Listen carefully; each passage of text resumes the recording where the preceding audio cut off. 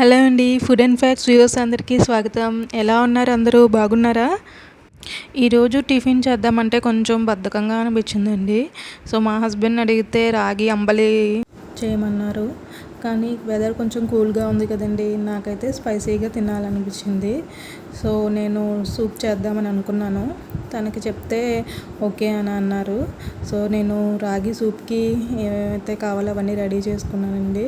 So దానికి వచ్చేసి మనకి రాగి పిండిని మనం అంబలికి ఎలాగైతే కలుపుకుంటామో ఒక 2 స్పూన్స్ తీసుకొని దాన్ని వాటర్లో ముందుగా కలిపి పెట్టుకోవాలండి. ఇప్పుడు ఒక చిన్న అల్లం ముక్క, అలాగే పచ్చిమిర్చిని చిన్న చిన్న ముక్కలుగా కట్ చేసుకోండి. కొంచెం కరివేపాకు, అలాగే బఠానీలు. నేను ఇక్కడ గ్రీన్ పీస్ తీసుకున్నానండి. ఇది ఆప్షనల్, మీకు ఉంటే తీసుకోవచ్చు, లేకపోతే లేకపోయినా బాగానే ఉంటుందండి. ఇంకేదైనా వెజిటబుల్స్, అదర్ వెజిటబుల్స్ ఏదైనా యాడ్ చేసుకోవచ్చు, బాగుంటుంది.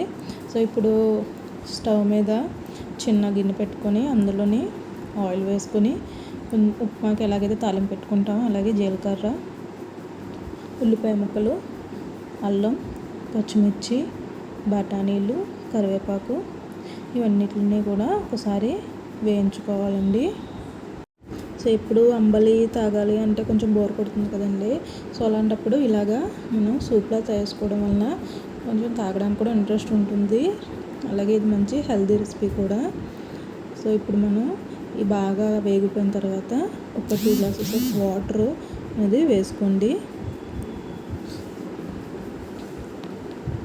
అలాగే సరిపడినంత ఉప్పు కూడా వేసుకుంటున్నాను.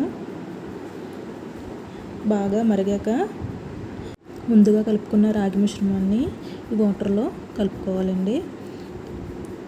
సో ఒకసారి గరిటెతోటి మొత్తం కలుపుకొని కొంచెం చిక్కబడేంత వరకు ఉంటే సరిపోతుందండి. సో ఇలా చిక్కబడింది కదండి. ఇప్పుడు దీన్ని మనం ఒక బౌల్లోకి తీసుకుందాం. సో ఇప్పుడు అంబలి అనే కాకుండా ఒకసారి రాగి పిండితోటి ఇలా సూప్లా కూడా ట్రై చేసుకోండి. సో ఇప్పుడు నేను గిన్నెలోకి డిష్ అవుట్ చేస్తున్నానండి. సో అంతేనండి, మన ఈజీ రాగి సూప్ రెడీ అయిపోయింది. మీరు కూడా ఒకసారి ట్రై చేసి ఎలా ఉందో కామెంట్ చేయండి. సో ఇలాంటి మరిన్ని హెల్తీ రెసిపీస్ గురించి please subscribe food and facts channel.